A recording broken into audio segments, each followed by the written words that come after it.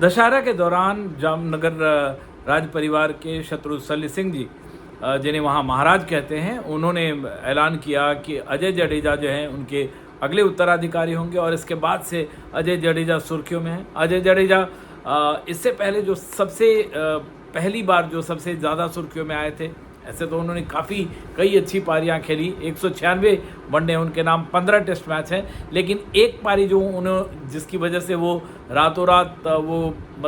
भारतीय cricket fans की आंखों का तारा बन गए थे, वो थी बेंगलोर में उनकी एक पारी जो वकार यूनुस को उन्होंने धोया था उस पारी में और 25 गेंदों पर 45 रन बनाए थे। वर्ल्ड कप का वो मैच था, सिद्धू ने उसमें शतक बनाने से चुके थे, 93 रनों की पारी खेली थी। सचिन, विनोद कांबली, मांजरेकर जैसे सभी खिलाड़ी उसमें थे, अजहरुद्दीन कप्तान थे और अजय जडेजा ने वो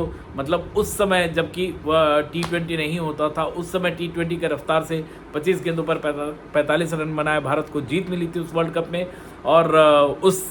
पाकिस्तान के खिलाफ उस मैच में। और जाहिर तौर से उसके बाद से जडेजा लगातार सुर्खियों में रहे, कई बार उन्हें भारत की कप्तानी करने का भी मौका मिला, एक बार विवादों के साए में भी आए और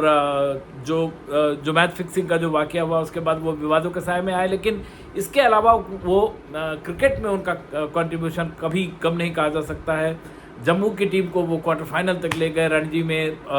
जो राजस्थान की टीम के कैप्टन और मेंटोर रहे जब भी, और अभी अफगानिस्तान की टीम में आपने देखा one day world cup, T20 world cup में अफगानिस्तान जो शानदार प्रदर्शन कर रही थी उसके मेंटोर थे। तो अजय जडेजा का कमाल का योगदान रहा है पूरे क्रिकेट में और वो एक क्रिकेट की जो उनको एक विरासत में मिली है। रणजीत सिंह जी, जिनका सब लोग नाम जानते हैं, जिनके नाम पे जो रणजी पूरा टूर्नामेंट होता है 1934 में ये शुरू हुआ और महाराजा पटियाला जो थे भूपिंदर सिंह जी, उन्होंने उनके नाम पे रणजीत सिंह जी के नाम पे रखा ये रणजी टूर्नामेंट, जो भारत का जो मेन जो सबसे बड़ा टूर्नामेंट, जो बेस टूर्नामेंट कहा जा सकता है, फर्स्ट क्लास टूर्नामेंट। और उनके जो नेफ्यू थे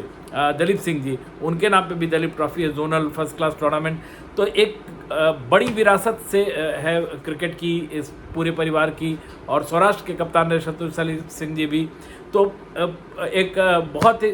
मजबूत विरासत है क्रिकेट की और जडेजा उसको आगे बढ़ाने में कामयाब रहे।